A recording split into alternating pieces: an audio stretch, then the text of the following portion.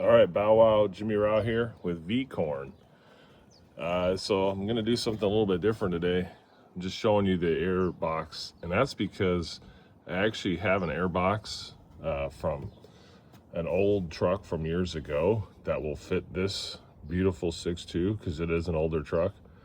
But for all my car people out there, you probably understand when you buy stuff, don't always throw it away because you never know, you might need it on a later date.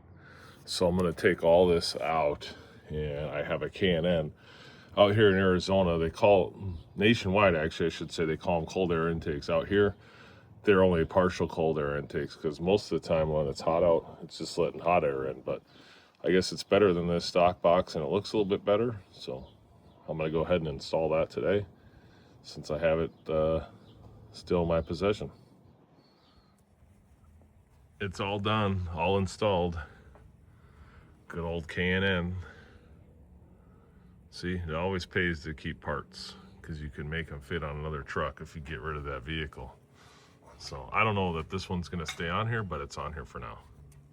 Thanks for watching. We'll catch you on the next one. Thanks for checking out V-Corn today.